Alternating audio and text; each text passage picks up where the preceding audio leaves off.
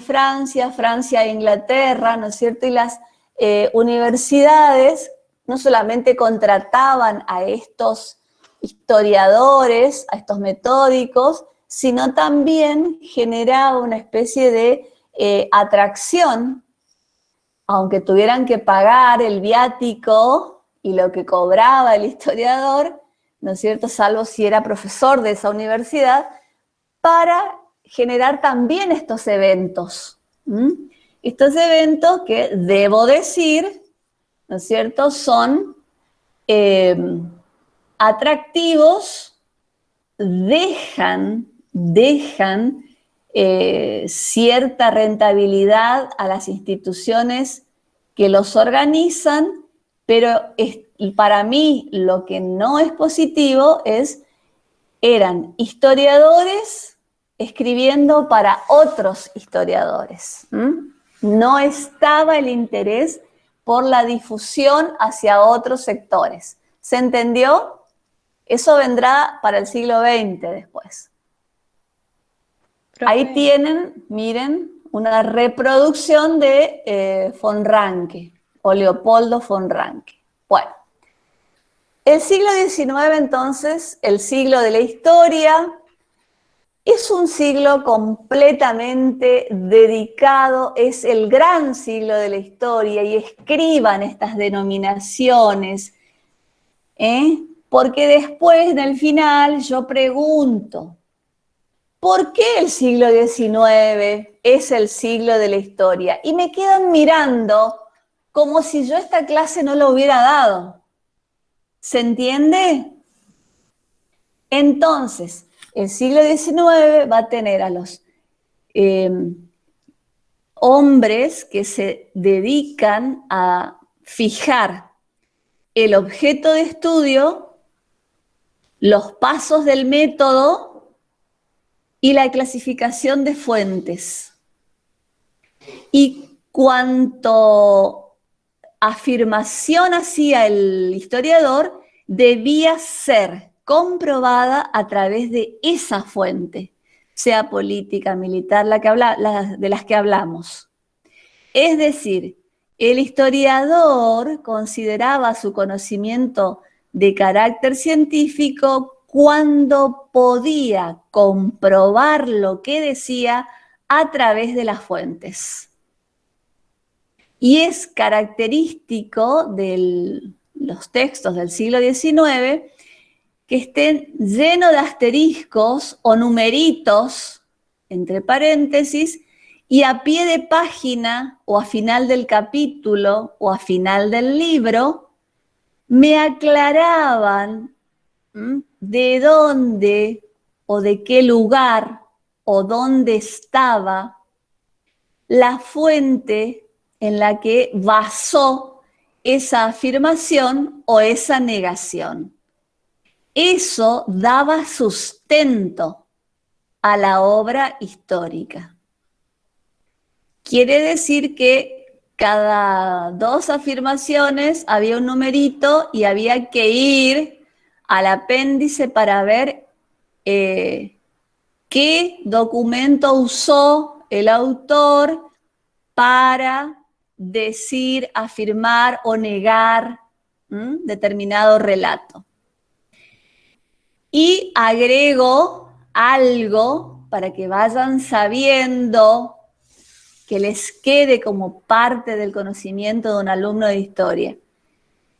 Esta impronta de la escuela metódica fue tan fuerte, marcó a fuego, generó un sello propio, que costó mucho al siglo XX y XXI quitar del relato, de la narrativa, de la prosa del historiador, este mecanismo de decir dos frases y agregar de dónde obtuvo o en qué basa su afirmación o su negación.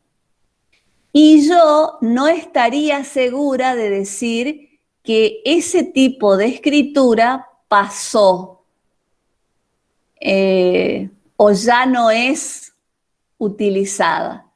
Yo diría que varias escuelas, europeas sobre todo, siguen y nosotros, los herederos, seguimos utilizando, no porque esté mal, chicos, al contrario, la fuente es la médula, la columna vertebral de lo que el historiador va relatando, sino porque el abuso de decir, prácticamente el historiador se diluía, no encontrábamos, ¿por qué? Porque estaba preocupado porque la academia, que eran las universidades, o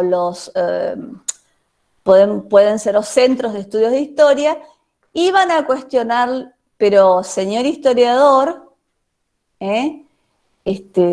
usted dice tal cosa y ¿dónde está el documento que lo comprueba? ¿Se entiende lo que estoy diciendo? Sí, profe, se entiende. ¿Se Sí, que igual entiende? me parece que sigue siendo la norma. O sea, con la única diferencia es que en vez de poner un asterisco o un número, durante el mismo texto ya te escriben de dónde sacaron las cosas. Esas son modas dentro de la narrativa. Muy bien, muy bien. De Muy eso, bueno tus aportes, ¿sí? de eso también habla en el libro de Bloch, el texto que tenemos, Sí. también él hace una crítica sobre eso. Sí, y Bloch pertenece a la última parte, pero él ya es capaz de darse cuenta. ¿Me entienden? Pero nuestro conocimiento científico tenía que fortalecerse y ese fue el camino que encontró. ¿Se entiende? Había entrado a la universidad, el historiador era un profesional universitario, había interés por la historia, sobre todo las historias nacionales. Entonces, era importante seguir esos pasos porque los iba a llevar a buen camino, o por buen camino, perdón. Y como dijo recién el compañero, tal vez cambia la manera en que ahora no pondrán el número, el asterisco y un apéndice, pero se lo puede hacer perfectamente, pero ahora directamente transcriben en una letra diferente lo que determinado documento dice. Pero, o sea, no pasó del todo. Hay historiadores que siguen utilizando este tipo de escritura porque da confianza al que está corrigiendo el trabajo, al que está evaluando, y también a sí mismo, porque yo saqué determinada afirmación o negación de tal documento. ¿Se entiende, chicos? Disculpen, pero son temas centrales. Vamos al siglo XX, el siglo donde, bueno, yo me parece la única que nació en el siglo XX. Y ya no es el siglo glorioso de la historia, pero sí es un siglo de revoluciones. Revolución en sentido de aporte. Aportes y nuevas maneras de entender la historia. El siglo XX arrastró problemas que se habían generado en el siglo XIX a nivel diplomático, internacional, político, económico, que ustedes los estudiaron como las etapas de la Revolución Industrial, la carrera por las colonias de Asia, de África y también de América, la búsqueda de vender lo que produzco, comprar materia prima. ¿Alguna vez habrán dado esto en el colegio secundario o no? Sí, profe. Era un mercado mundial liderado por Inglaterra.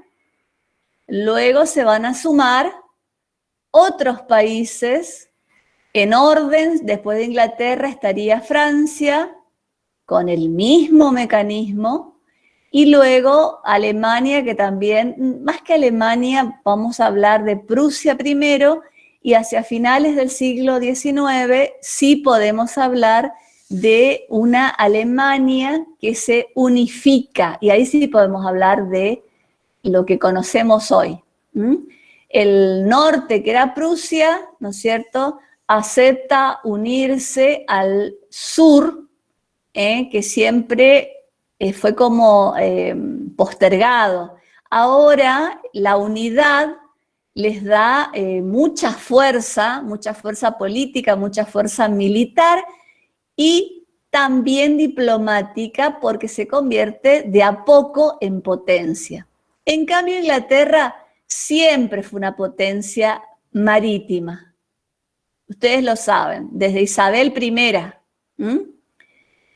Entonces, tal vez a Inglaterra le interesaba comerciar, enriquecerse y vender sus productos. Luego vendrá la etapa de apoderarse del sur de África, apoderarse de Egipto, de la India, que la llamaban la joya de la corona, por la cantidad de objetos de lujo que podían comprar y producir. Después se apoderará de Australia o de la zona de las islas. Francia hará lo mismo. ¿Me van siguiendo geográficamente? Sí, profe. Sí, profe. Por favor, chicos, no se me pierdan en el mapa. ¿Sí? Pensé que alguien me preguntaba. Entonces, y después Francia reclamará lo mismo, sobre todo África, que nunca Europa se dio cuenta de que África, se dio cuenta, es una burla, tenía gente que habitaba allí desde tiempos inmemoriales. África siempre fue un lugar para robar personas, para robar bienes, siempre fue el saqueo. Francia también reclama su lugar de potencia. Y entonces también vamos a tener franceses en diferentes lugares de África, y también otra zona de disputa por las grandes riquezas que pueden encontrar y comerciar va a ser China. Entonces vamos a tener a estas tres potencias, algo Holanda, algo, no digo mucho, algo Holanda, algo Bélgica, pero incomparable frente a los grandes centros comerciales y a las extensiones que tuvieron Inglaterra, Francia y Alemania, sobre territorio que ellos iban conquistando, primero por el comercio, vendiendo lo que producían y llevando materia prima, que después volvías a comprar lo que hicieron con tu materia prima. El caso de la colonización indirecta. La directa es cuando Inglaterra va y toma por la fuerza, después de haber comerciado a lo mejor un siglo o 50 años entre los nativos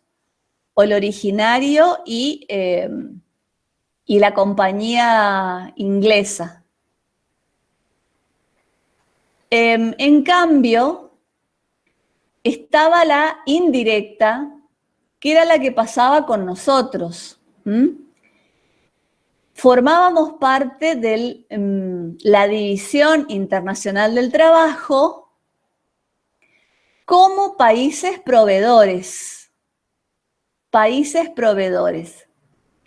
Pero no teníamos el estatus de colonia como Sudáfrica, como la India, como algún sector de la China.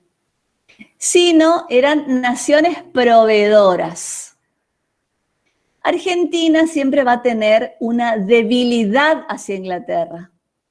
Entonces, por ejemplo, el primer encuentro va a ser el contrabando, todavía en la época en que éramos colonia de España.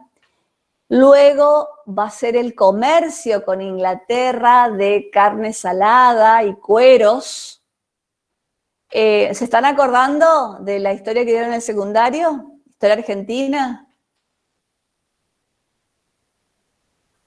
¿Hola? Sí, la época del modelo exportador. Sí, profe, Muy bien. que era más una Entonces, dependencia económica que una dependencia política la que teníamos con esa Inglaterra. es la colonización, ¿de qué tipo? Indirecta. ¿Mm? Porque yo no me presento como el virrey o el jefe, sino me presento como una compañía que compra y vende, pero está generando una dependencia. En algún momento, chicos, terriblemente, Argentina tenía una reglamentación aprobada por el Congreso para comerciar de manera especial, entre comillas, con Inglaterra. Mejores precios, determinados cortes de carne, determinados tipos del tratamiento de cuero, el cuero que se convertía en objetos en los talleres de Londres o Manchester o Liverpool.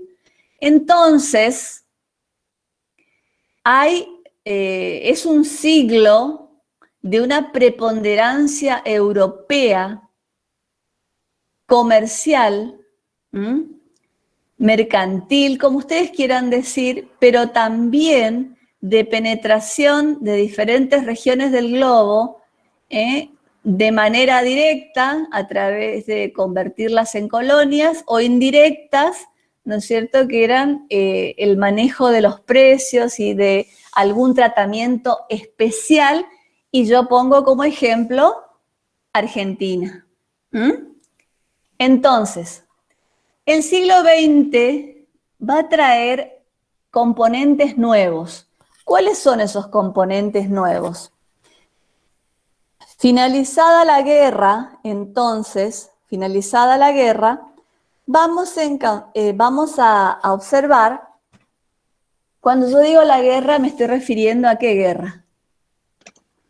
¿Guerras mundiales? La guerra o la Gran Guerra es la Primera. La primera. Entonces, el siglo XX arrastra problemas generados en el siglo XIX. Entonces, parecía inevitable la confrontación entre las potencias, y detrás de las potencias se van a alinear mediante alianzas o mediante acuerdos, países más chicos de Europa. Y entonces,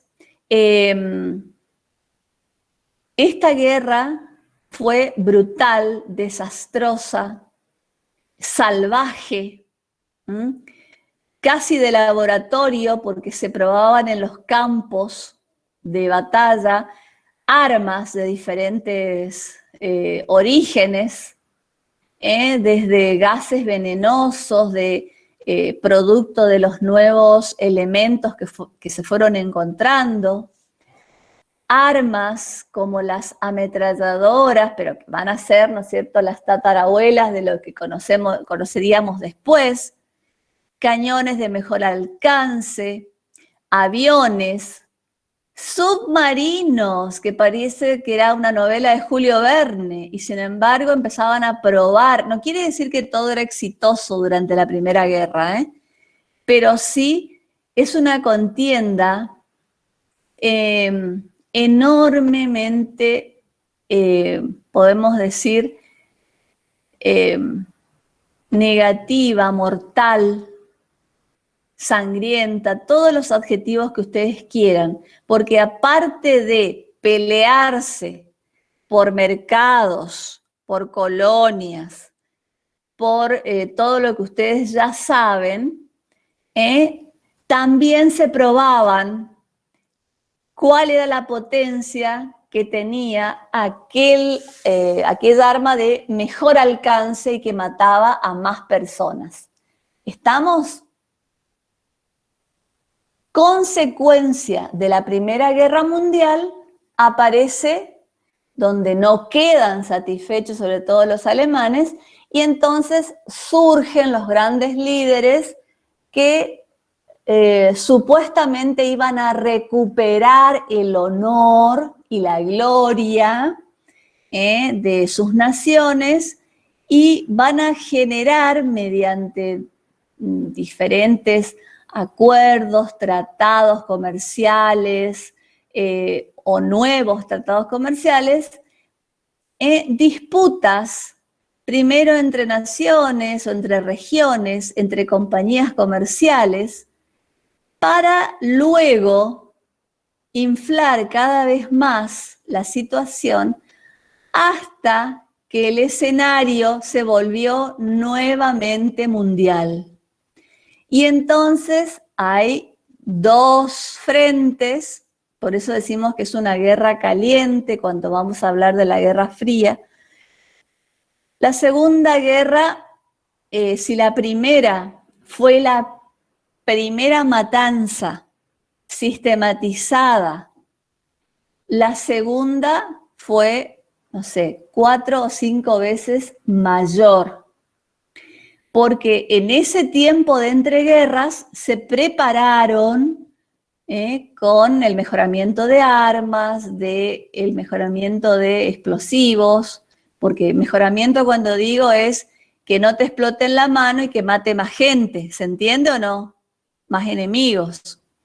Entonces, la Segunda Guerra da por finalizada en 1945 y toda Europa está devastada, incluida Rusia, que había tenido ya buenos años en su economía, pero la guerra vacía los tesoros de todas las naciones. Y Estados Unidos, que alardeaba de tener fondos, de hecho lo tenía, pero también sintió, después de haber ingresado a la guerra, todo el golpe que genera una contienda mundial de este tipo. Y todavía se están descubriendo de la Segunda Guerra documentación oculta, ¿no es cierto?, a propósito, o guardada por diferentes familias que no tenían derecho a ser abiertas hasta determinado tiempo. Algunas todavía, los testamentos de los particulares dicen que determinado archivo no se abrirá hasta el 2000, pongo un ejemplo, 2050. ¿Me van siguiendo? Entonces, Sí, chicos, Sí, profe. es una gran decepción la que sienten, sobre todo los pensadores, los intelectuales de todos estos países confrontados. Pero no son solo los pensadores intelectuales, que muchos fueron a la guerra y no volvieron. Otros ya no fueron porque eran grandes. Y otros, por ser judíos, murieron en los campos de concentración. Pero también el pueblo, la clase trabajadora, la clase que dio su sangre, digamos, para los batallones, también ante tanta desidia, hambre, porque empieza también la escasez de alimentos, los procesos de racionalización de los alimentos, o sea, cada familia tenía lo suficiente, tenía algo para poder comer ese día, el Estado lo repartía, digamos. Entonces, la pregunta tanto de los intelectuales como la de las clases trabajadoras que dieron sus hijos para estas tropas, se preguntaban,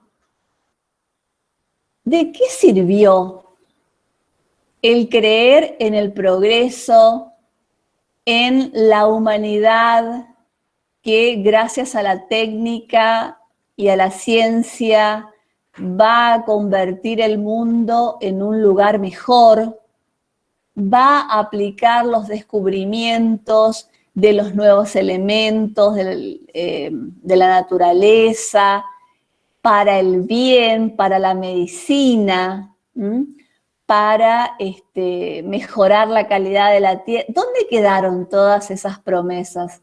Si lo que se vio en la primera y se volvió a ver, pero con más crudeza en la segunda, estaban completamente en contraposición con ese discurso de progreso, bienestar, mejoramiento de la calidad de vida, colaboración con los países con menos recursos. Entonces, es una decepción generalizada, una tristeza profunda. ¿Alguien quiere hacer un comentario? Porque de esto hay mucha película, mucho texto que seguramente lo habrán accedido alguna vez. ¿Quién hace el comentario? A ver, después de terminada la guerra. ¿Quién fue el más beneficiado? A ver, ¿qué estudiaste vos de eso cuando diste? ¿De Segunda Guerra? Sí. Para mí la Segunda Guerra es la continuidad de la primera y es la que finaliza todos los frentes abiertos que no se habían saldar en la primera. Yo di más o menos lo que creo dio la mayoría. No ¿Sí? sea nada diferente. Estoy esperando eso, pero No. sí. No sé si no sé si tanto una continuación, pero sí se incluyó al pueblo, por decirlo de algún modo, en este factor ideológico de la guerra.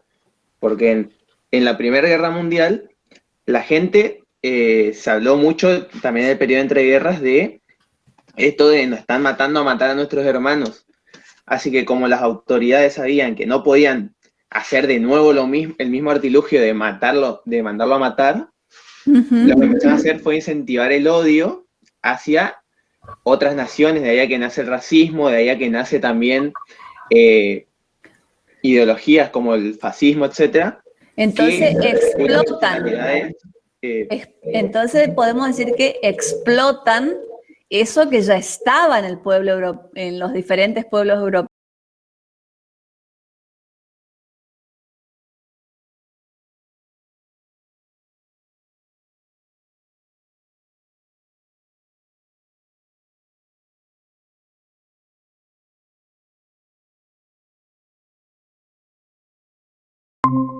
Dentro de sus listas de quehaceres, uno es el adoctrinamiento del pueblo y por qué tenían que defender lo que habían perdido en la Primera Guerra. Muy bien, esa era la famosa, idea de Hitler y también de Mussolini, el surgimiento de estos líderes. Pero recuerden lo que les dice esta profesora, explotan. ¿Por qué? Y porque esos sentimientos ya estaban desde hacía siglos. El europeo se creía... ¿Qué se creía el europeo con respecto a los demás pueblos? Superior. Muy bien. Entonces, también explota eso que vos dijiste, que es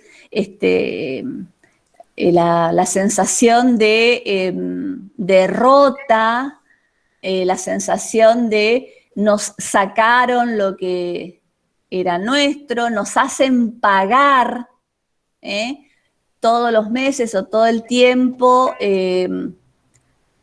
a los países vencedores. Y entonces se dan cuenta que por ese camino, muy bien lo que dijiste, podían generar una segunda confrontación, porque en esa segunda iban a recuperar lo que perdieron. Eso decía el Duce o Mussolini, y también decía el Führer o Hitler. ¿Estamos acá? Si alguien no me sigue, por favor me avisa. Sí, se También entendió creo todo. que Muy bien. Principalmente no, ¿Sí? no el solo en principal. Europa, Bueno, ¿En Europa sí? no solo en Europa se incentiva a ese odio, esa doctrina, sino que, por Ujú. ejemplo, acá en Argentina también se hizo en el Luna Park como un Sí. apoyo hacia la Alemania nazi. Sí, y también vas a encontrar en otros países de América, porque eran colonias indirectas, por decirlo así. Nunca digan esto, yo para ejemplificar, pero éramos naciones dependientes de una metrópoli, que era Londres. ¿Mm? Sí, Creo Precisamente, que también... Uy, perdón. Habla Gustavo Nuss.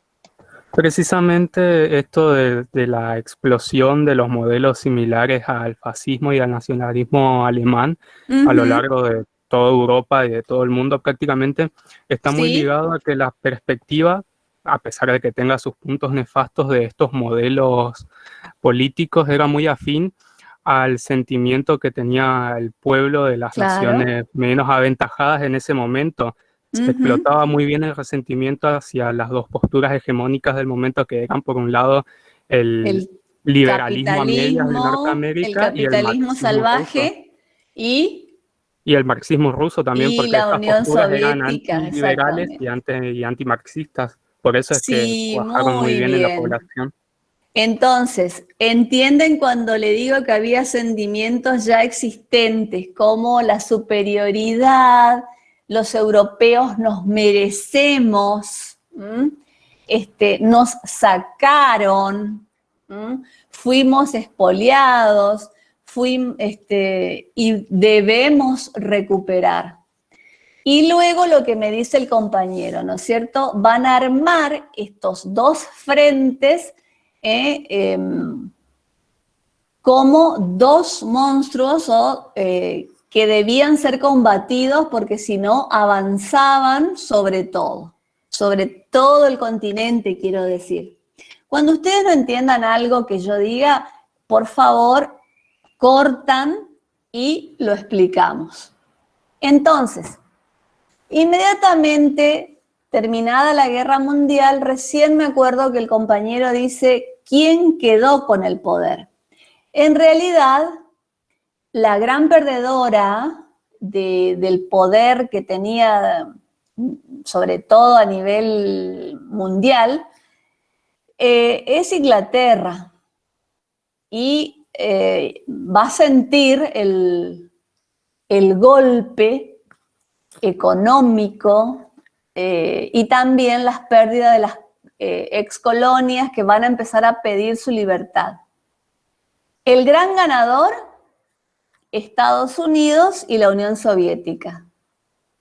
Entonces, vamos a tener Y uno un más, globo, y uno más fue ganador, por decirlo así. Perdón, no entendí. Que aparte de Estados Unidos y Unión Soviética, otro salió beneficiado, que fue Suiza. Sí, pero era chiquitito y no tenía la fuerza o la potencia. No, pero yo Sí, hablo de economía igual. Suiza se quedó con... El oro, todo. No devolvió.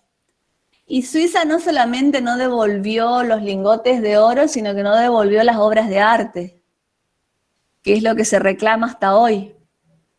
¿Mm? Re vivo eran. Bueno, ese no va mi aporte. No, son. pero son vivos porque hay gente, ¿cómo se diría?, que está fuera de la ley y que encuentra en Suiza un paraíso para que nadie los lleve preso por evasión o por lo que fuere. ¿Mm? O sea, el capitalismo también tiene sus vericuetos para que algo que no está bien parezca que está dentro de la ley. Después de Suiza surgirán en otros lugares del mundo los famosos paraísos fiscales, ¿no es cierto? Pero siempre el dinero es sucio, porque no te pertenece, sino que sacaste, robaste, coimeaste y generás una fortuna que se manda afuera con un nombre falso o el nombre de una compañía para disimular, pero sí, Suiza se... Y otros lugares, Mónaco y Niza también, que son lugares que a través de el glamour, el casino, el qué Sí, sé profe, yo. alrededor del mundo hay un montón Ahora de sí, países ahora que son sí. paraísos fiscales. Claro, pero Ahora, vos me en estás la hablando actualidad. de ahora, y yo estoy hablando de al final de la Claro. guerra como tu compañero. Pero muy bien lo que decís, los paraísos se multiplicaron. Entonces, ante esta situación de tristeza, de resentimiento, de hambre también, porque el racionar la comida no era realmente terrible. Terminada la guerra, entonces, aparece el mundo, el globo terráqueo, dividido no por el Ecuador, sino va a elegir ser dividido por un meridiano. Entonces, todo el este va a ser considerado podemos, no sé si propiedad, pero sí va a estar bajo el poder de quién. Rusia. El De la Unión Soviética. de la Unión Soviética, muy bien. Y todo lo que estaba al oeste, ¿a quién va a pertenecer? A Estados Unidos. Estados Unidos. Muy bien. Y en eso estábamos nosotros. Entonces, el poder mundial deja de tener varias cabezas para tener dos enormes potencias, ¿no es cierto?, con signos aparentemente opuestos. Entonces, ya finalizada la guerra, aparece la Escuela de Anales en París, Francia, ¿no es cierto? El marxismo no tuvo, digamos, ningún problema en tomar a la historia como un elemento de propaganda y escribir la historia desde el nacimiento de la Unión Soviética. Todo lo anterior sí podemos escribir, pero lo que interesaba al Estado era desde el surgimiento, o sea, desde Lenin, Stalin hasta la guerra.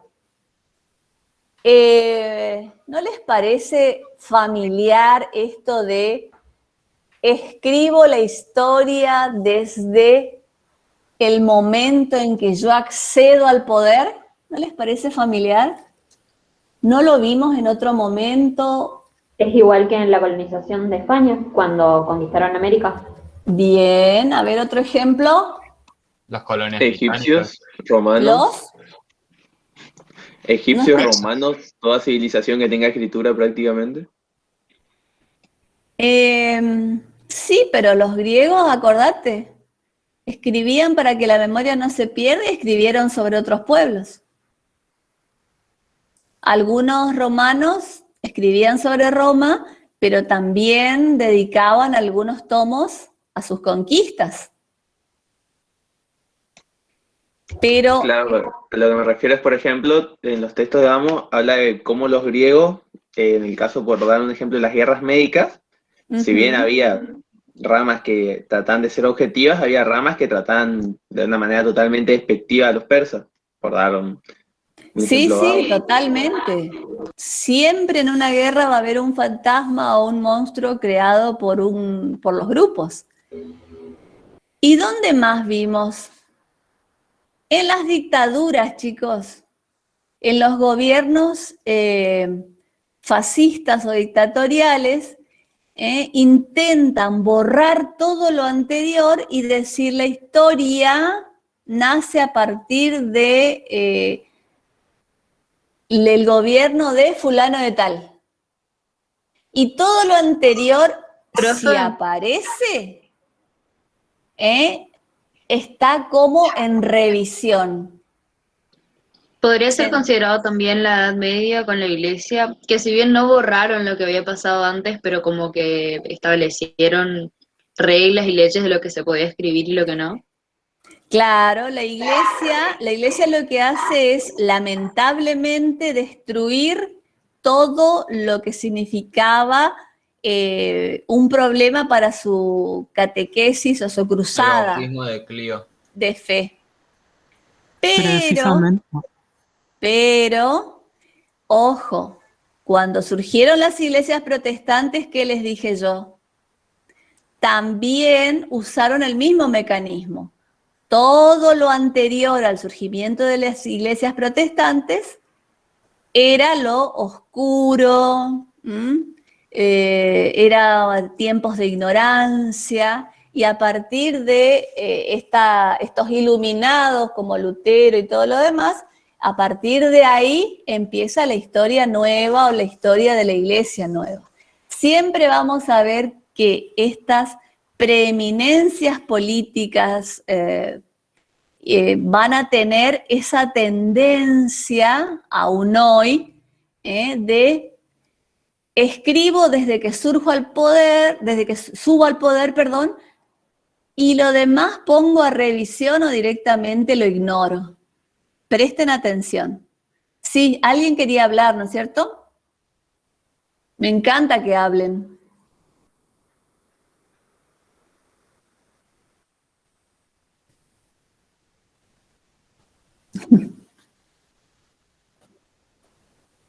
Claro.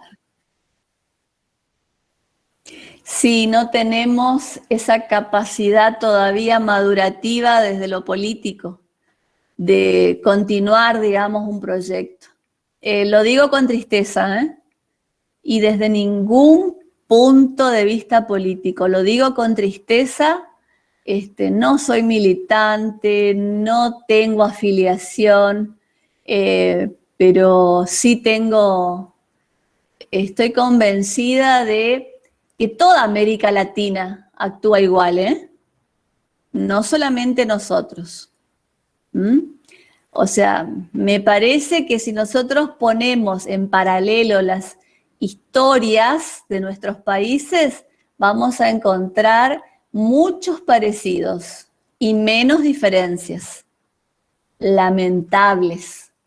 Muy bien, vamos a la escuela de anales. Miren cómo ellos hablan de primera generación, segunda generación, tercera generación.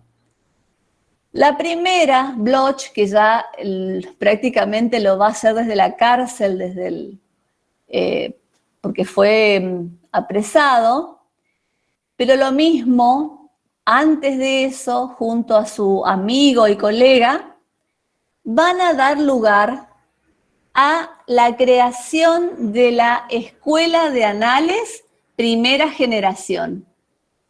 Parece lo de los X-Men, ¿se acuerdan?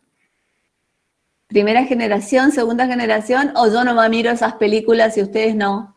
Alta película, profe, Sí, la sí. primera. Obvio, alta, me gusta lo de encanta. X-Men. Me encanta, me encanta. Muy bien. Van a dar el puntapié inicial, viene la guerra, o el proceso de entreguerras, perdón, y van a tener la posibilidad de escribir desde algo que parecía a von Ranke le iba a costar entender a von Ranke, que era incorporar otros saberes, otros conocimientos al histórico. Entonces, por ejemplo, van a tomar contacto con la sociología, con la etnografía, con la geografía, van a tomar contacto hasta con la psicología. Porque en realidad Annales está buscando separarse de la escuela metódica. ¿Por qué? ¿Porque está mal? No. ¿Qué quiere Annales? Complementar, enriquecer. ¿Estamos o no? Sí. Muy bien. Entonces, lo que no se podía imaginar en el siglo XIX, acá lo hacen realidad. La segunda generación, obviamente, no es una segunda fundación. Annales va a persistir hasta el día de hoy. La Escuela de Annales, que está en París, la segunda generación va a estar liderada por Braudel. Por favor, no me digan Braudel en el final, ¿eh? Escriban ya Fernand Braudel. Braudel. En vez de Brau, del es Bro. Porque a mí me enoja mucho que el alumno se presente, ya sé que está la teoría de que hay que leer como está escrito, pero nosotros tenemos que tener siempre una mirada más allá de lo que... Y realmente conocer al autor de la manera en que se llamó. Entonces, Fernand Braudel, ¿qué es lo que va a hacer? Va a trabajar el tema del... ¿Sí? ¿De qué país es el apellido? Todos son franceses. El centro... No me suena francés. O sea, Roderen no... ¿Qué no te suena francés? Road, no, en cuanto a dónde iría el acento en el apellido. O sea, Es que no hay Brodel me acento. suena a un español hablando de un francés, digamos, pero no No hay ningún acento. todas Pero las palabras el tienen apellido acento. de él O es sea, Brodel. no tilde, sino me refiero a todas las palabras tienen un acento. Y no Sí. sé, y Brodel me suena a un francés que se fue a España y le cambiaron el apellido, como cuando llegaban acá los italianos. No, No me este suena a una era, pronunciación de... este era parisino. Todos eran, inclusive muchos habían luchado en los frentes y todo, así que no, eran de París. Brodel entonces va a trabajar un tema que hasta el momento todos los historiadores sabían que existía y que era el barro con el que se trabajaba, que era el tema del espacio, el espacio y el tiempo. Entonces Fernand Braudel lo que hace es generar esta segunda generación de Annales con nuevos alumnos o con nuevos discípulos a través de su conocida obra, ¿no es cierto?, El Mediterráneo.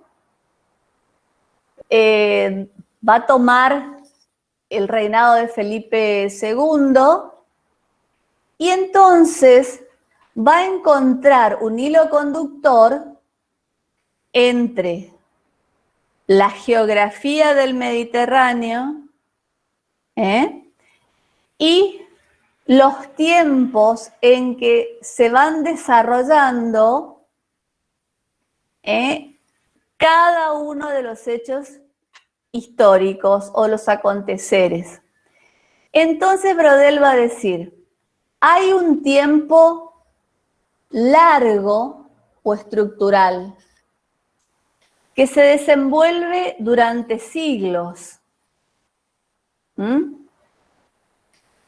Luego, hay un tiempo mediano o más corto, que él lo llama coyuntural de coyuntura, que es capaz de provocar escisiones o grietas en esa estructura que lleva siglos en formación, pero no la rompe. Puede modificarla, pero no la rompe. Este es el tiempo medio o el tiempo de las coyunturas. Toda palabra que yo no entienda, anoto y busco su significado.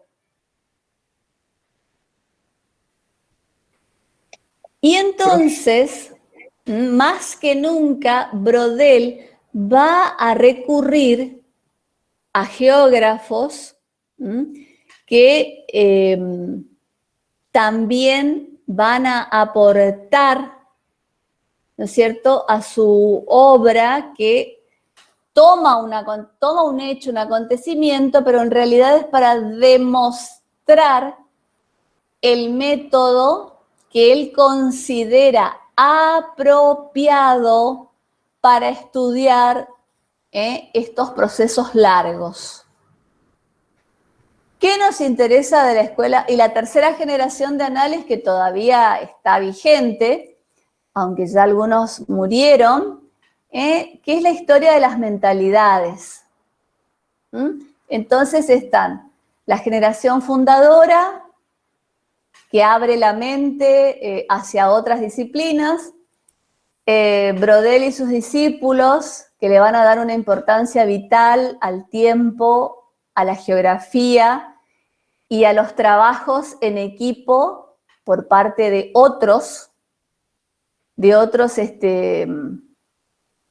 autores, vamos a decir, otros conocimientos. Y la tercera va a surgir como historia de las mentalidades, que va a tener un aporte significativo. ¿Por qué?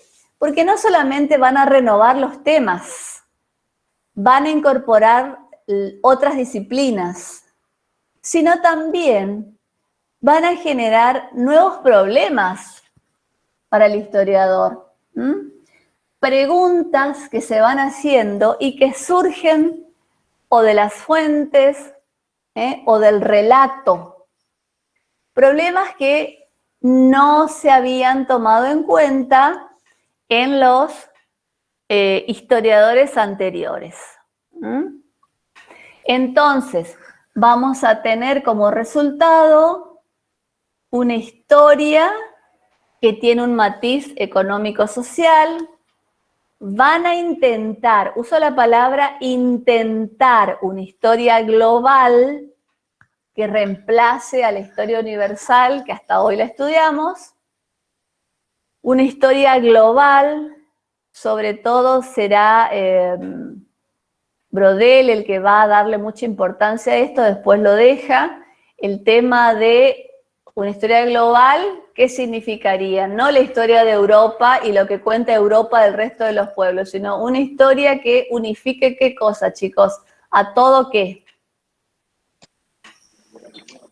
A todo el mundo, a toda la Al sociedad. globo, muy bien. Surge la otra pregunta ya en la última etapa, la historia como problema.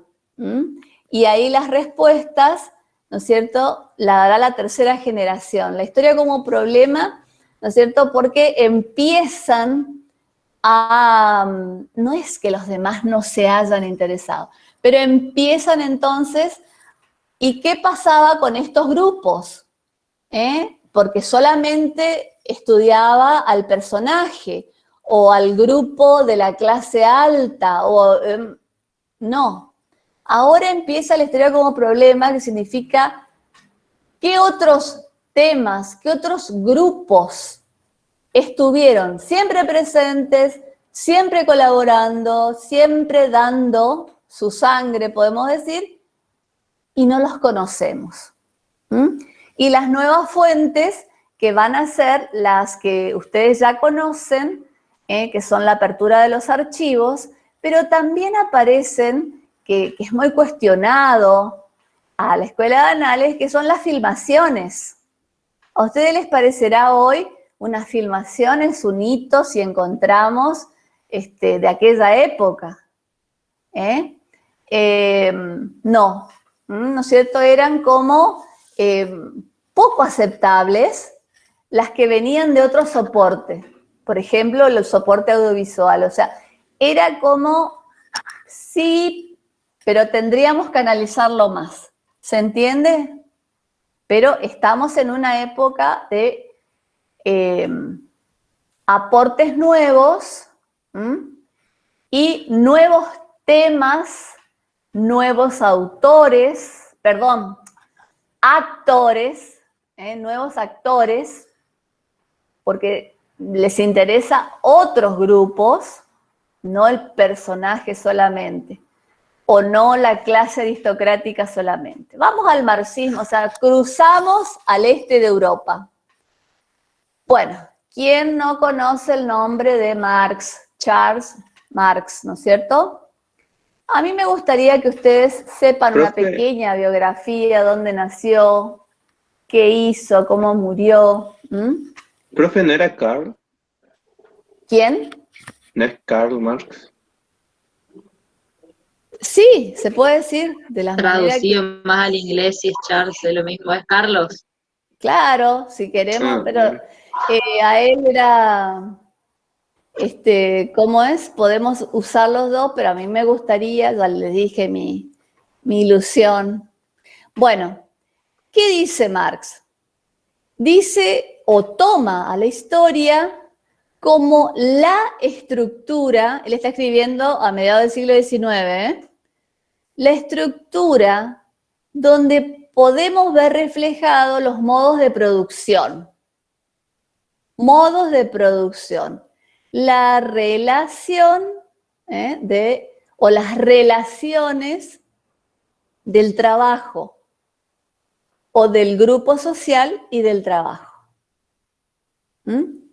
Entonces, adelantadísimo Marx, entonces nos va a hablar de la historia es la estructura humana por excelencia, ¿no es cierto?, donde se desenvuelve o se desarrolla los diferentes modos de producción y las formas en que los grupos sociales se relacionan en ese modo de producción.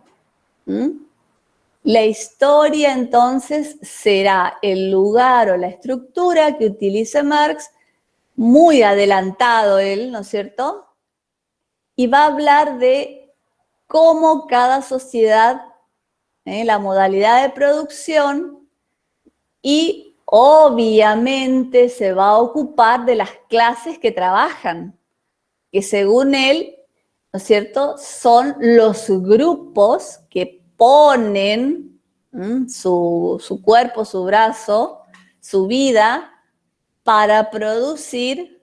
Bueno, él hará una crítica para los otros, pero más allá de estar o no de acuerdo o no de acuerdo, hay que leerlo, No sé si leer El Capital de entrada, pero sí leer alguna interpretación acerca del aporte de Marx a la historia, que fue enorme, chicos, porque él utiliza cada etapa de la historia para, si bien él va a explicar la relación de la sociedad o de las clases sociales con el trabajo, reivindica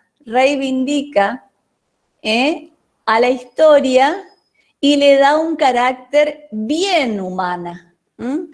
La historia no tiene otra explicación más que la historia del trabajo del hombre. No hay nada fuera de esta estructura. ¿Sigo? Hola. Sí, profe. Bueno, Sí, Igual profe. la hora capaz, pero... ¿Y qué tienen clase? Yo No, pero sigo. no sé cuántos son. Sigo con lo que se quieran quedar. Saben que no es obligatorio. Avísenme nomás si no hay nadie y digan, me voy. La historia marxista británica también va a aparecer después de la Segunda Guerra Mundial y parece que estaría muy alejada de lo que dice Marx. Y ojo que Marx ya fue utilizado como bibliografía de otro gran movimiento. Considerado de izquierda, como decían en ese momento, zurdo, rojos, son todas denominaciones peyorativas. Inglaterra, Segunda Guerra Mundial, finaliza y aparece la historia marxista británica. Si dice británica y marxista, pareciera que son dos conceptos que no podrían ir en el mismo renglón. ¿O me equivoco?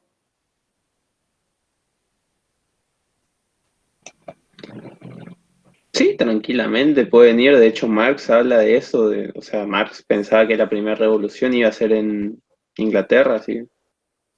Sí, pero vos estás seguro que... De ahí a que funcione son cosas distintas, pero de que se intentó, se sabe que los movimientos obreros en Reino Unido eran muy fuertes, digamos, no es. más o menos, sí. No va a Además, ser el lugar donde los movimientos sean los más exitosos. Habrá otros lugares donde sí se ven las reivindicaciones, ¿sí?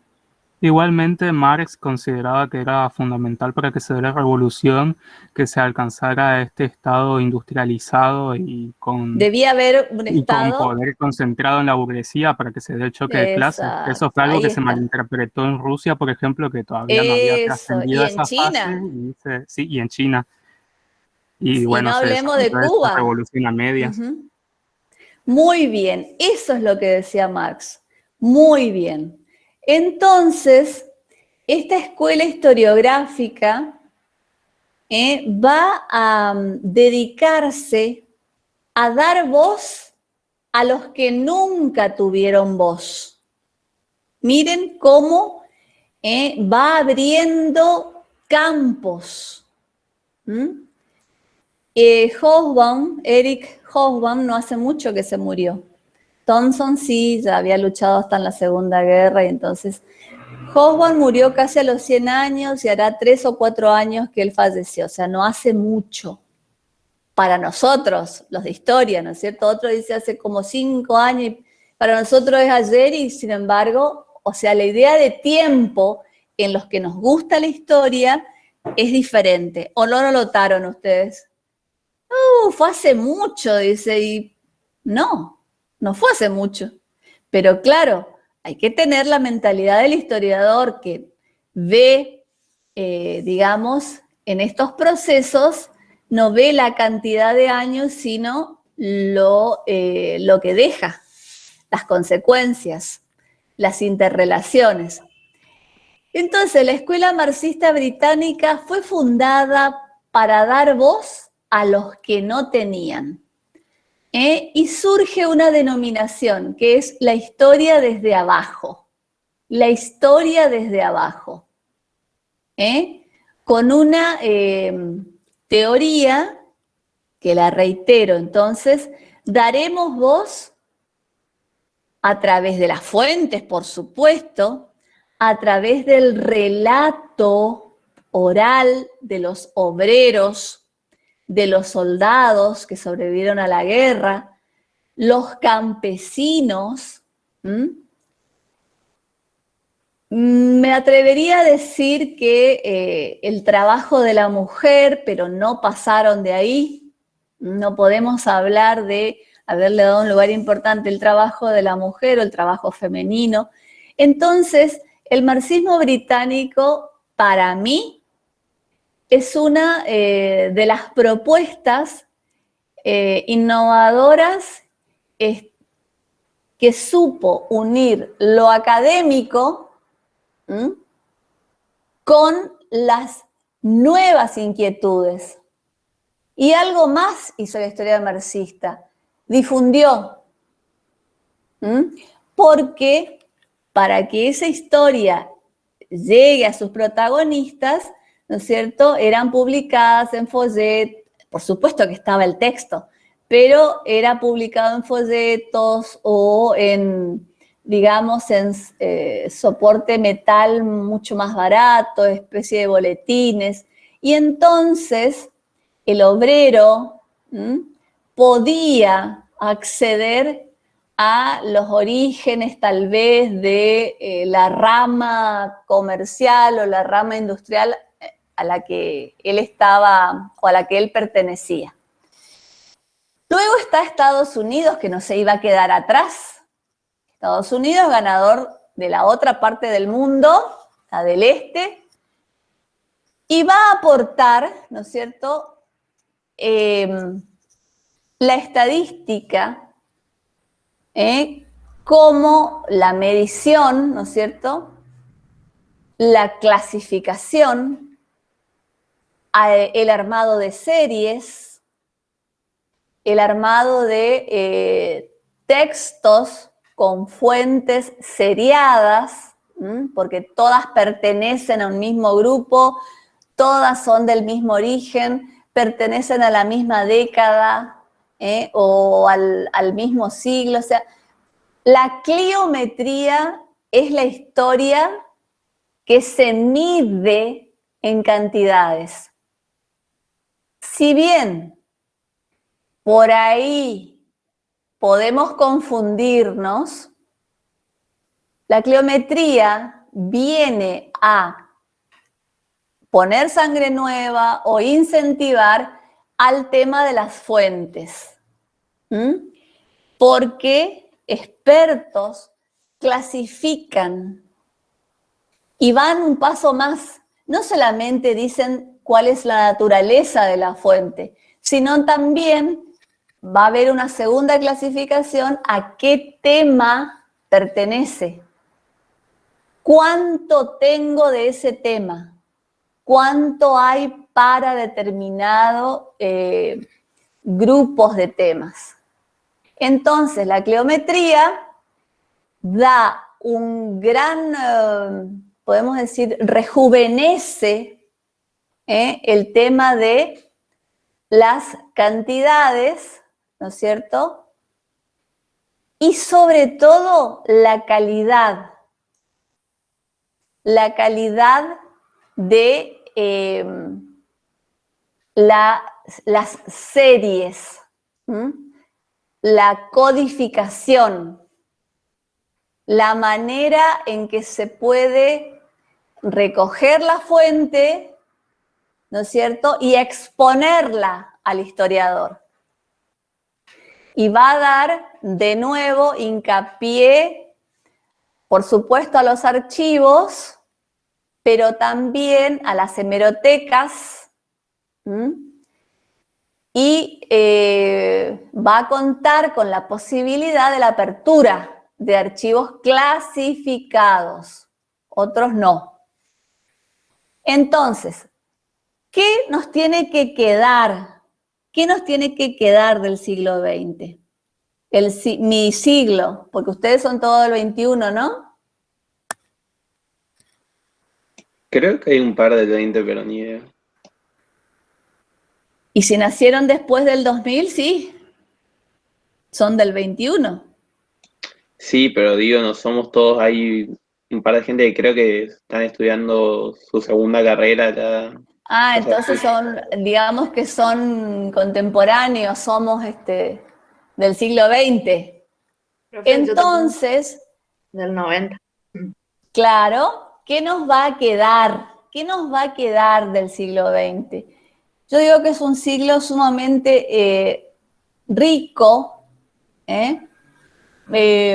valioso, porque más allá de que nuestra ciencia se convierta en una disciplina científica, no se convierta, continúe siendo una disciplina científica, o sea, quiere decir que las universidades y los centros y las academias que regulan o que aglutinan a los historiadores, permanece en esa esencia de mantener lo que logramos. Se va a incorporar definitivamente la historia económica y la historia social, pero desde puntos de vista nuevos, chicos. No cómo era la sociedad que eso a lo mejor estuvo desde siempre, hacer algún tipo de relato o narrativa. Ahora es hablar de la economía desde lo económico, es decir, generar estructuras que me permitan hablar de un grupo social desde lo puramente económico. Por eso es tan rico este siglo, porque también el economista se va a volver historiador y el historiador se va a volver economista.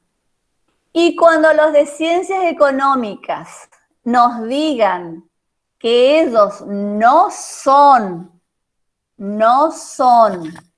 un conocimiento de tipo social, discutan, porque lo son, aunque se quieran hacer los exactos.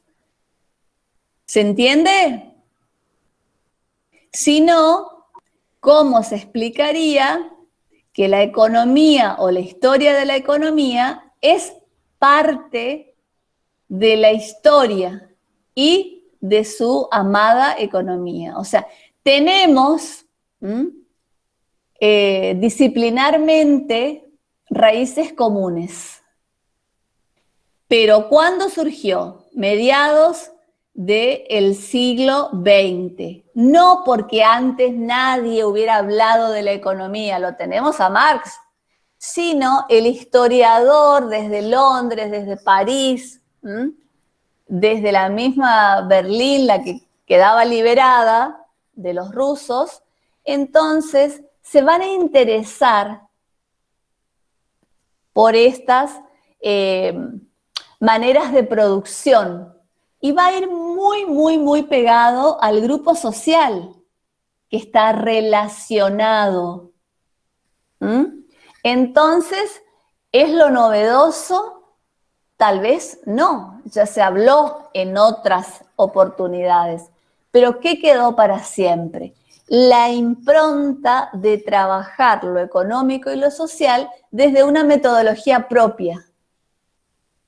No sale de la historia, chicos, pero sí se crea vocabulario, un objeto que va a seguir siendo el acontecimiento del pasado, pero con una naturaleza propia, se la va a estudiar de la mano de otras disciplinas. ¿Se puede decir como que sale más? de su burbuja? ¿Perdón? Sí, se podría, o sea, se podría decir que el gran avance del siglo XX es como interconectar las ciencias, porque La interdisciplinaridad. claro, tengo entendido que no es propio de la historia este problema que se nota en el siglo XX, que es que muchas de las ciencias quieren funcionar por separado, que sigue pasando, que es cosa de como que el historiador quiere desentenderse de la matemática por hacer una pavada, digamos. Y la matemática despreció siempre a la historia. Claro, o sea, pero Pero es son así en cuestiones todos los humanas. sentidos, pero fuera de lo despectivo, de desprecio y demás, en el sentido de decir que para dedicarse a una no hace falta saber la otra. Claro, claro. Y sin embargo, hasta Leonardo da Vinci, inclusive los ilustrados,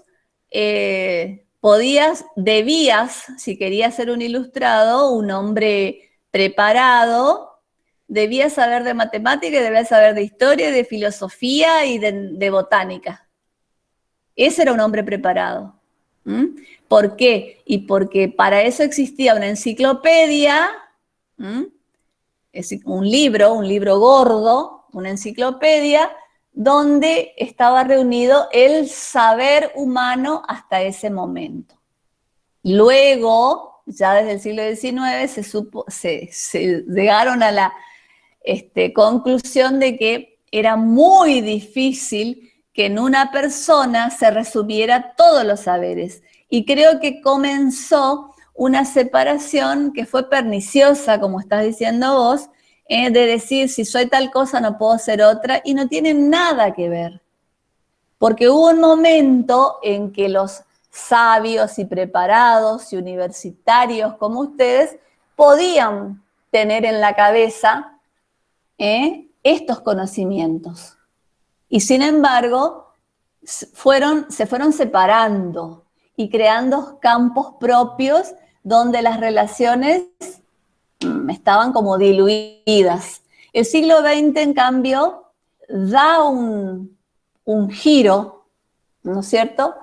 Y la interdisciplinariedad va a dar lugar a una historia mucho más rica, mucho más completa. Bueno, la Escuela de Anales nos habla de estructuras, de procesos, y los de la tercera generación van a hablar de actores, esos grupos que no tenían voz. ¿Se acuerdan que les dije? Nuevos actores. Esto es pregunta de parcial. Les estoy dando un tips.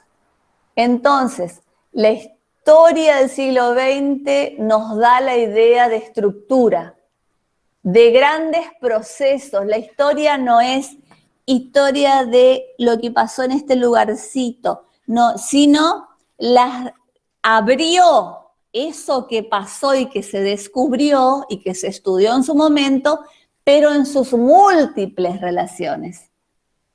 ¿Se me entiende? Sí, la historia como un todo. Sí. Bueno, entonces, a mí me da mucha pasión todo esto. Por ahí no la sé transmitir, ustedes me dirán, pero esto tenemos que saber, esto es como el primer ladrillo de una construcción. A mí me apasiona todos estos temas, no sé si ustedes se dan cuenta. Sí, se me nota, no te preocupes. Se nota, disculpen. No nos dimos cuenta, profe, igual está bien. Discúlpenme, pero yo quisiera transmitir a ustedes lo mismo. ¿Y saben qué? Cuando estén en quinto conmigo, de nuevo, quinto nivel, dentro de un tiempo, van a decir, profe, nos pasa lo mismo que a usted. Si no, quiere decir que no les está gustando mucho. O sea, no están dando con la naturaleza. Entonces, ¿qué más nos va a dar el siglo XX? Lo cuántico. Yo puedo seriar, puedo contar, puedo codificar, y no estoy yendo en contra de mi disciplina. Entonces también puedo incorporar la estadística y la matemática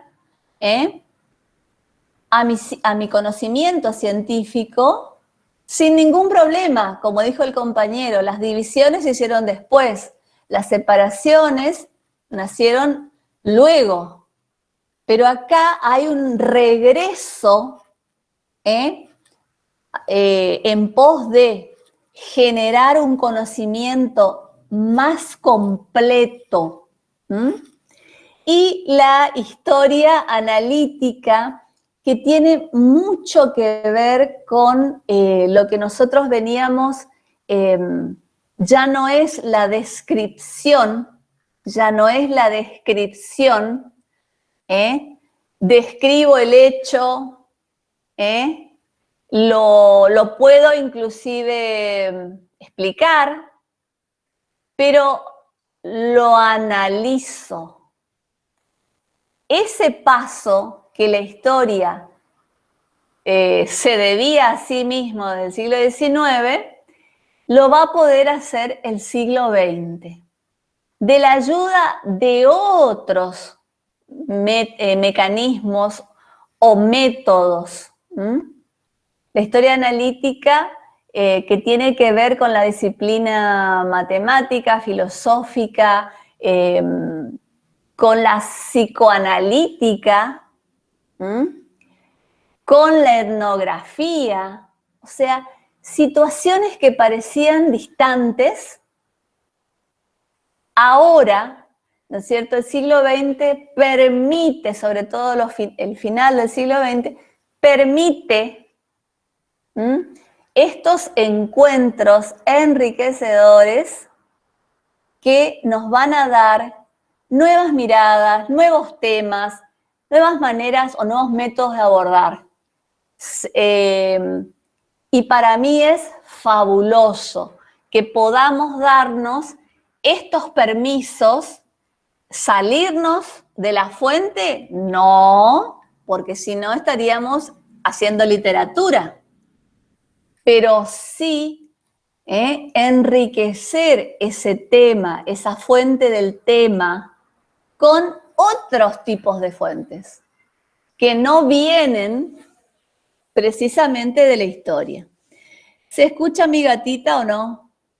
El miau. Sí. ¿No? Si prestás atención al fondo, pero si no, no.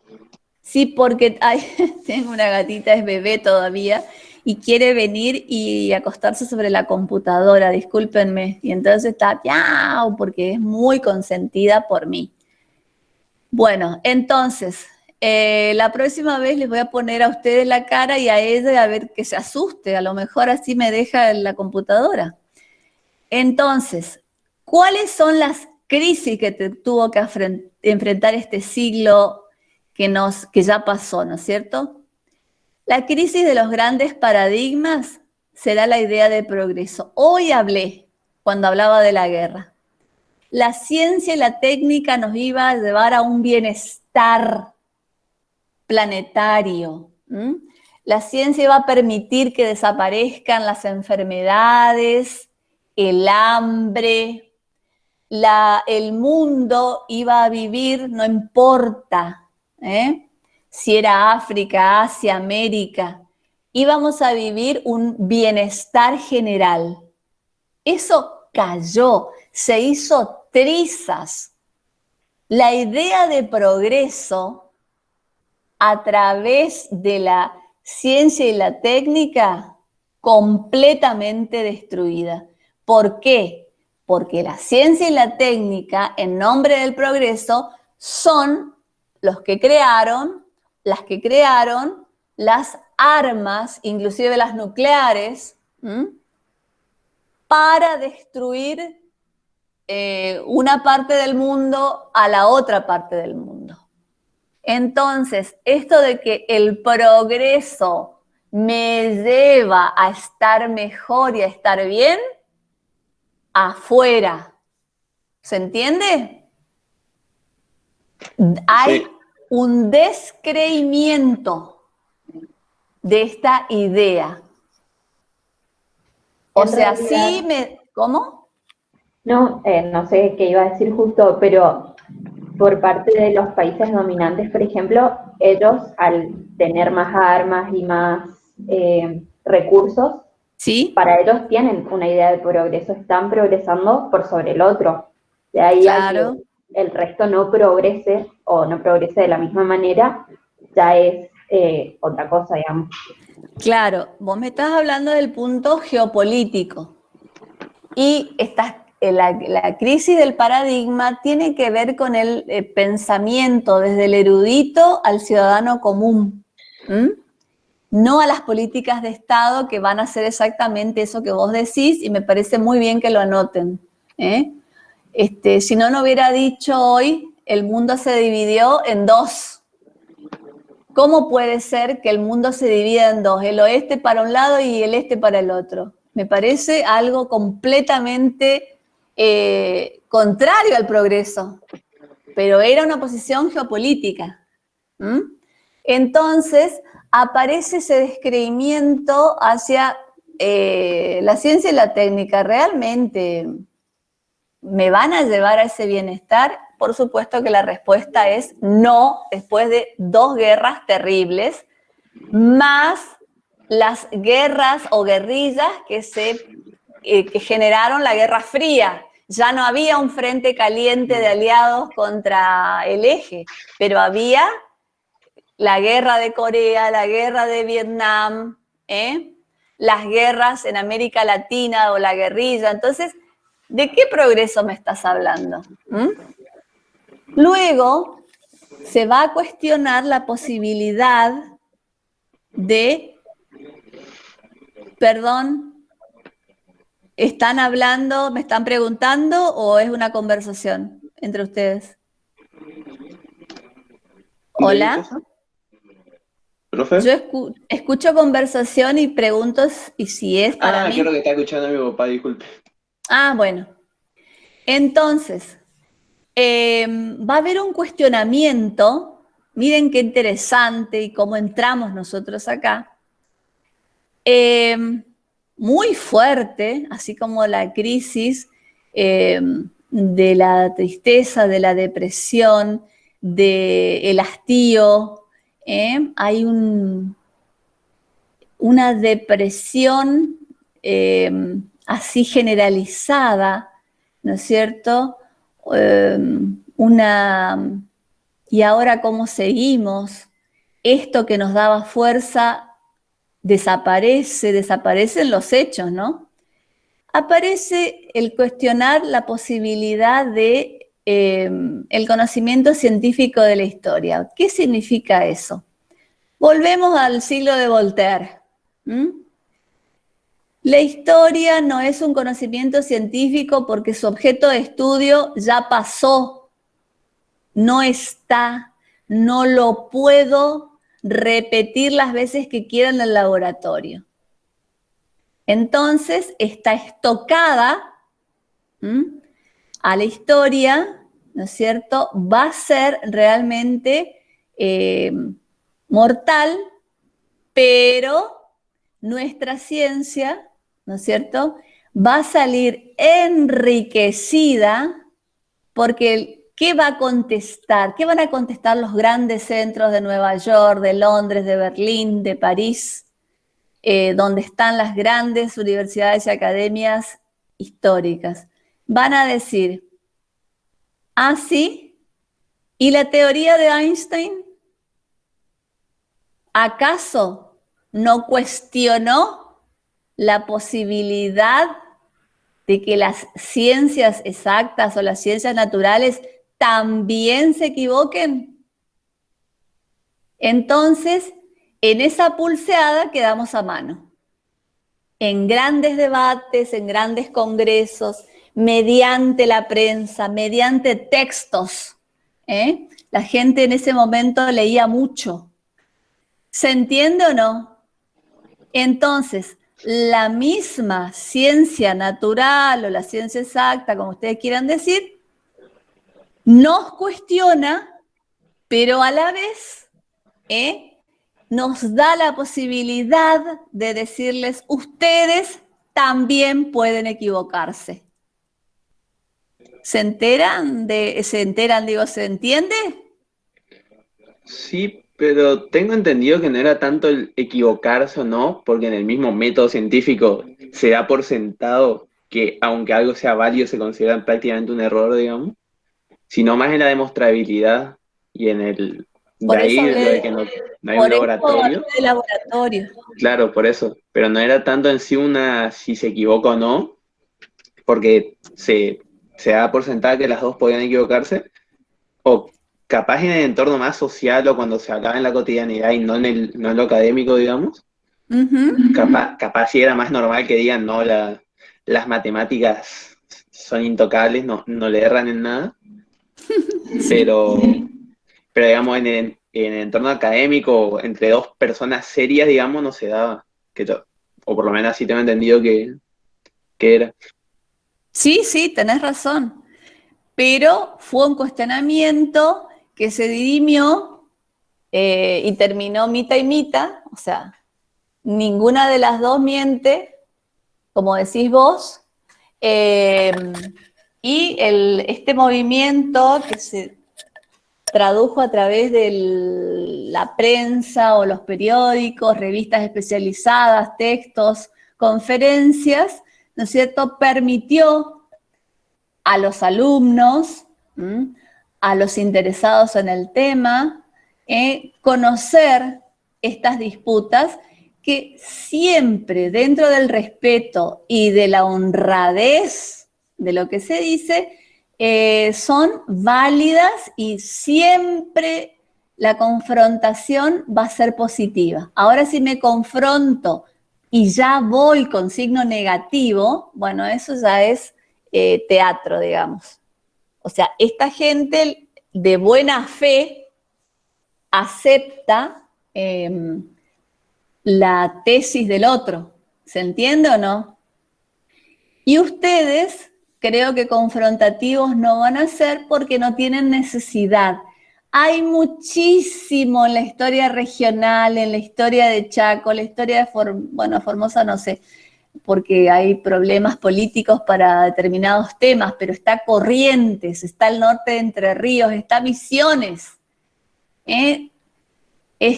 pueblos o regiones enteras de nuestra provincia que no tienen escrita su historia, tienen efemérides. Entonces hay mucho por hacer, mucho por hacer. Y aún teniendo historias escritas por la buena voluntad de algún maestro, de alguna persona leída del pueblo, de algún abogado, un escribano, lo mismo, ustedes pueden darle un giro diferente y ser el autor de el origen de tal localidad, que son todas del siglo XIX, pero no hubo esa inquietud por aplicar el método a la historia de pueblos, por ejemplo, ¿sí? Y luego van a tener que averiguar la importancia de los giros, el lingüístico y el cultural, en relación a la historia. Si fueron positivos, si no lo fueron. Giro lingüístico, giro cultural, lo van a averiguar, de qué se trata y cómo influyeron en la historia. Y algo que ya dijimos, que son las nuevas historias, donde nos interesa o interesa a los historiadores otros aspectos, la economía, lo social, nos interesa los grupos de trabajadores, los grupos que siempre estuvieron fuera de los textos de historia, que son los grupos o que los segregaron, ¿no es cierto?, o directamente no existieron o los sacaron de la historia. Y ahí viene toda la historia nueva de reivindicaciones, por ejemplo, de los negros en América, no tanto en Norteamérica, sino aquí en nuestra zona, ¿no es cierto? Cómo determinadas afirmaciones van saliendo a la luz, testimonios orales o cartas donde aparecen estos grupos que fueron negados. Más adelante van a surgir, inclusive me acuerdo trabajos de religión, pero no desde la fe, sino desde la llegada del pastor o del grupo que venía en la inmigración y se instaló, y cómo aportó a la historia del país esa mentalidad. Van a encontrar el tema de la mujer, fundamental, y toda una narrativa nueva, porque ahí lo dice, ¿no es cierto?, con respecto a los que no tenían voz, a la gente que no podía o no querían ser tratadas. Entonces, el siglo XX compensó inclusive a esos grupos con invisibles, podemos decir. Bueno, hasta acá llegamos y hasta esta diapositiva se tomará el parcial. Yo esta noche voy a subir como una especie de guía o preguntitas, así como le fui haciendo ahora, para que ustedes tengan esa ejercitación. ¿Estamos? ¿Profe, va a subir este PowerPoint también? No sé, yo creo que sí, pero lo que quiero es que el Power no sea, porque ahí es donde fracasan. El Power es una guía. Fíjense todo lo que yo agrego a cada idea. No sé si se dieron cuenta. Lo digo en serio. No, sí, yo tengo los apuntes, pero quiero por ahí para guiarme o ver si me falta algo. Para guía, excelente. Excelente. Pero Claro, no sí, yo para tenía la idea de utilizar el Sí, para PowerPoint guía. y así como usted hacía, a medida que iba a ir leyendo, desarrollando cada concepto, cada cosa, o sea, cada Exacto. punto. Y el diccionario, ¿eh? Recuerden esto entonces. No puedo avanzar si no entiendo. Y hay gente que llega al final y le decís, ¿y eso qué quiere decir? Y te queda mirando, aunque ustedes no lo crean. No sé, profesora. ¿Y no buscaste en el diccionario? Y no busqué. No quiero que ustedes repitan, Estoy como Tucídides. La historia sirve para que no se cometan los mismos errores, decían. ¿Se acuerdan del griego? Bueno, háganme caso. Lean, anoten, escriban. Para esta materia, que es troncal, y para las que vienen. Bueno, me despido de ustedes entonces y nos estaremos viendo la semana que viene, no la otra, ¿no? Así es. Ya les vamos a ir avisando por el grupo cerrado de... ¿Qué tenemos nosotros? El grupo cerrado de ¿Facebook no es? Face Facebook. y todo lo demás, ¿sí? Bueno, nos estamos viendo entonces. Nos vemos. Gracias, chicos. Hasta luego. Chao.